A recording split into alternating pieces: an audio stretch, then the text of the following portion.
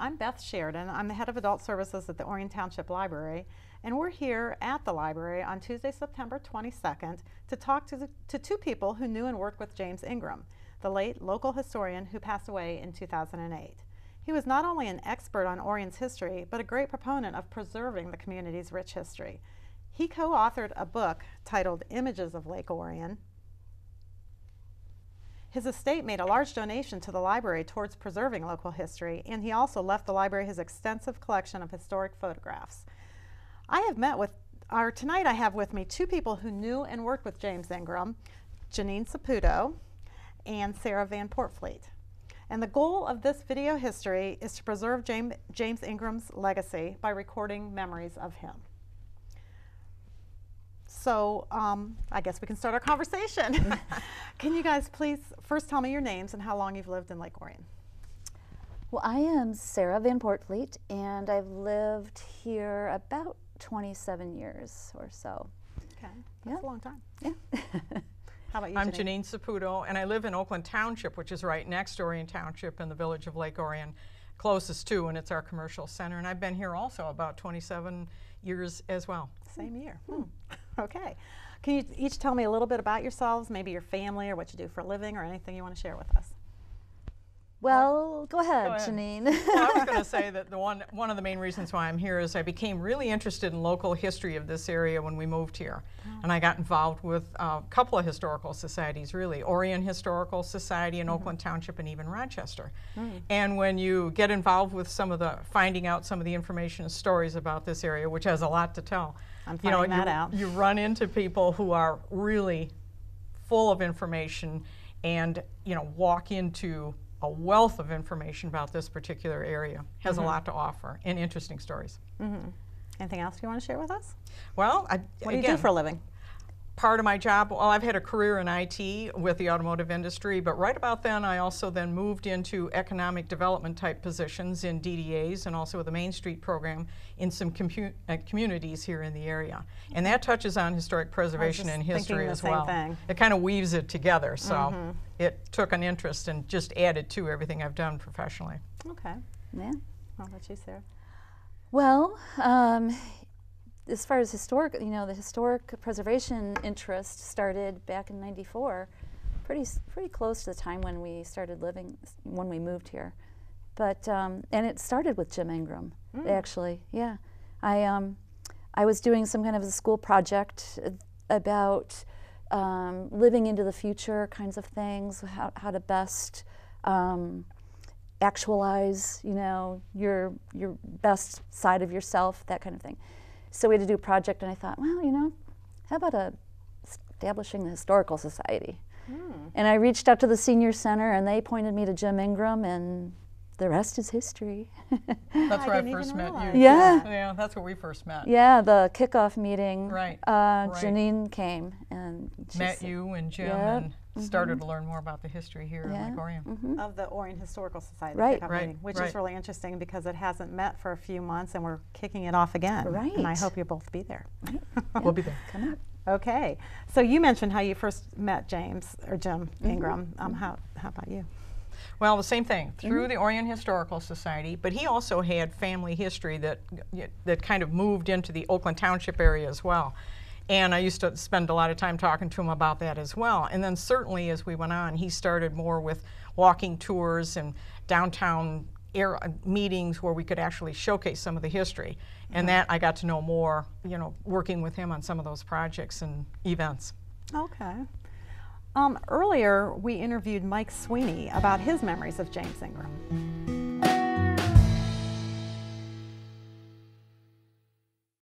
Well, of course, I knew Jim Ingram back in school days, and he's always been around town here, and then probably 20-some years ago when Sarah put the Orion Historical Society together, she contacted Jim and I both as founding members and half a dozen others. Over the years, Jim and I would contact one another for over different issues around the village and in the lake. Jim and I and Sarah we worked on the boat tours together, and that was an enjoyable time. Him and I both would explain to our crew who owned the different cottages around the lake, and there was probably a dozen or so tourists during the summer months. Jim and I enjoyed being around one another, just talking history. Once in a while we'd get down the Eagles and have a drink and spend an hour and a half together talking history. That was a lot of fun.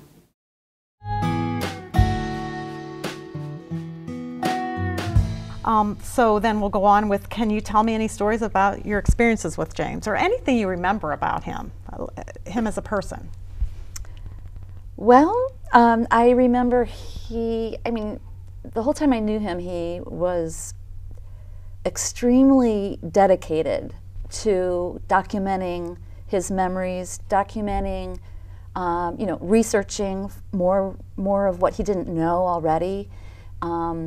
He knew a lot, of course, about his family, which was quite old in the community, and how it intertwined and how it interfaced with the rest of the community and how the community developed around that. He was quite meticulous about his research and really took time to be accurate and record everything. Was it a hobby for him? It wasn't his. It wasn't his job, was it? No. He was a speech pathologist or something. Okay, that sounds familiar. Yeah.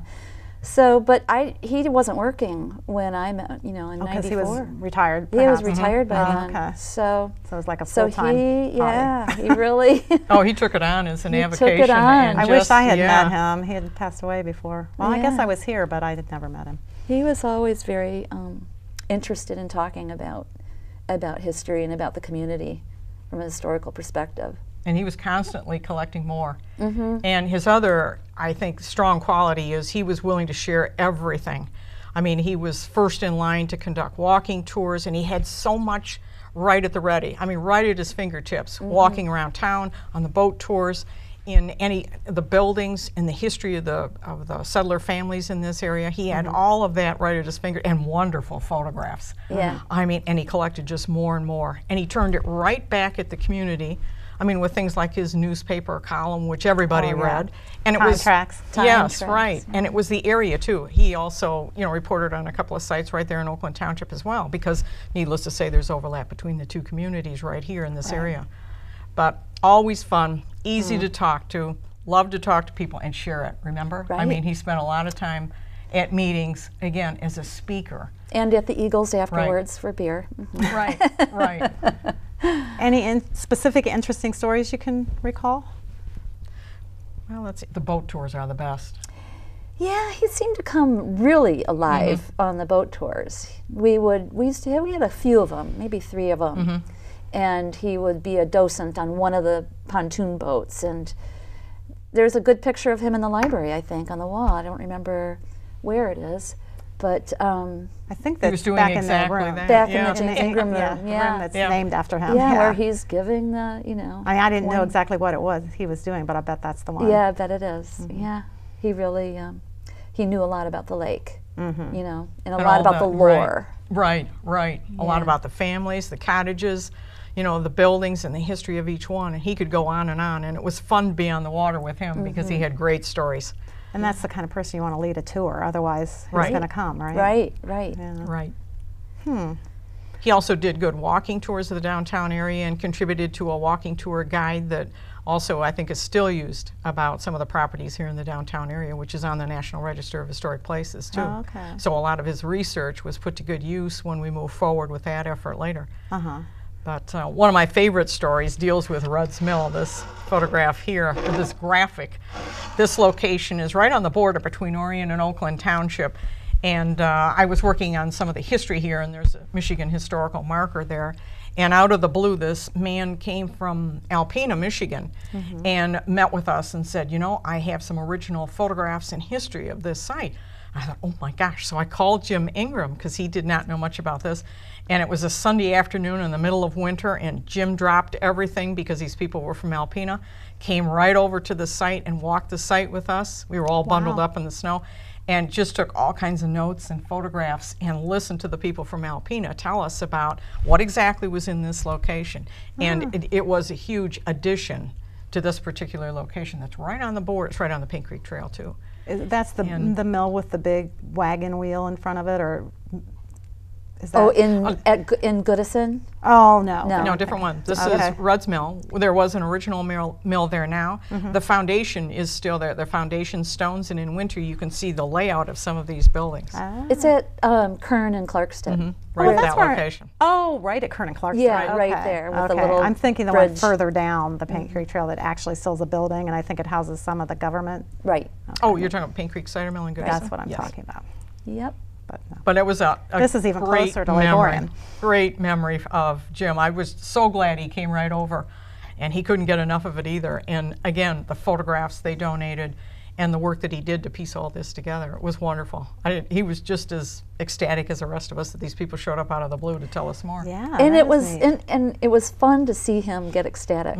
You know, I mean, he was very even, kind of an even-keeled man as far as, you know, showing his emotion or whatever. And but when, you know, something excited him, you know, I got excited. Oh, there's something, you know, that really, you know, His interest just, you know, piqued lit up his the room. interest. Right, Yeah. right, That's great. right. Even honoring him with awards. You know, I think he got the Legacy Award from the Orion Historical Society at least once. And what was that honoring? The Legacy Award? Just going above and beyond efforts to preserve and move forward in the Orion community with its history. Okay. Yeah. So even, can but see I was how going he to would say, get that yeah, even that. honoring him with that, he was, oh well, thanks. You know, very modest and, yeah. Sounds like a great job. Certainly a worthy individual. When I think back on all the people yes. that were working, you know, again on the history and the collection of it for the Orion Historical Society and the programs. And he never Yes. missed one, and he was, you know, again, front and center trying to add to our archives in the local history room at the library, believe me. Great. What do you think his most important contribution to the community was? Oh, yeah, was. It's got to be the documentation. Right. It's, you know, the research that he's done in documenting that. All his photos, all his collections of his articles, as well as the Lake Orion book. That was wonderful when this first came out, one of the Images of America's book on Lake Orion. I was Yes. so pleased, and the photograph on the front is so unique. Oh yeah, because at the library we were often getting questions from students, doing reports, and there's just a few little books, but no nice books on Lake Orion. So it's a great contribution. And with all his photos, we are right now in the process of, well, they are online, an online image gallery at the library's website too, so you can go on, we'll show some of them probably during this interview, but that was a great contribution, I think. That's wonderful. Yeah. And he lived near the lake, and he concentrated on, it's a very interesting story that the village of Lake Orion has as an early resort community. You know, the ups and downs of what happened there and the migration from upstate New York. So how we laid it out and the names of the cottages and all the history around all the original buildings. And it was a great collection to pull that together and put it in a book like this. Yeah, So- how it used to be the vacation destination of people from The area, Detroit. right. Yeah. And the notorious characters, you know. Oh, yeah. Okay. Who are we tied to? What was it? Jimmy Hoffa? Yeah, What's the yeah. other That's one? lore. I know, that's lore. Come on. Who else? A couple other people. Yeah, the Purple But Gang. Purple Gang right. has a little bit of history out here. Yeah. But Well, the Orion Historical Society was an active group back when he was around. Can you tell us more about his role in that society? You said a little bit that he was, sounds like very important, starting it. Yeah, he what was more? on the board for forever. I mean, he always served on the board. President, vice president, you know, And something. that sounds like a big position to get, because you guys did a lot. You both Yeah. were Yeah. a big part involved, too. right? Yeah, right. he was quite, you know, he didn't just, it wasn't just research and writing and whatnot. He did a lot of administrative stuff too. Can you tell us more what the society did back then in his time? Well, you know, the busy work, you know, rewriting the bylaws, you know, keeping things up to date like that. Yeah, you worked on that as well. Yep.